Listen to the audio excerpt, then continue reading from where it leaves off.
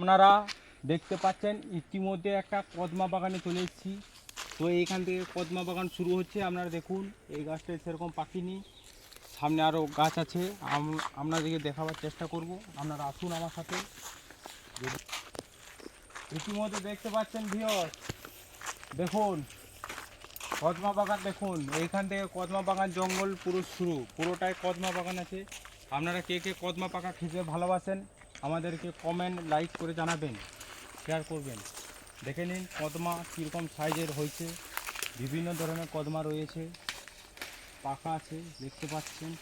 এই যে আমি এটা তুললাম, দেখুন আমার হাতেরটা, কে কে খেতে ভালোবাসেন নুন লঙ্কা দিয়ে বলবেন।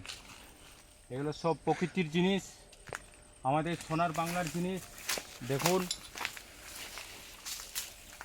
যতদিন আমাদের এই সোনার বাংলা থাকবে ততদিন সোনার ফসল ফলবে। যেদিন এই সোনার বাংলা ধনধন্য হয়ে যাবে সেই দিন আর এই ফসল আপনারা কেউ খেতে পাবেন না, দেখতে পাবেন না। শুধু পাবেন কারখানার ধুলো, বালি, ময়লা, এইসব। হ্যালো ভিউয়ার্স, দেখতে পাচ্ছেন আমি কদমাটাকে হাতে করে ফাটালাম।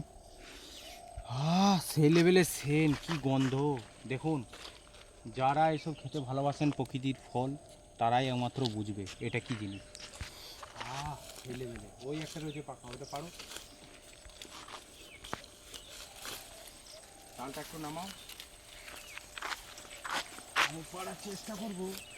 দেখুন হাতের কাছে আমার একটা রয়েছে বড়, দেখুন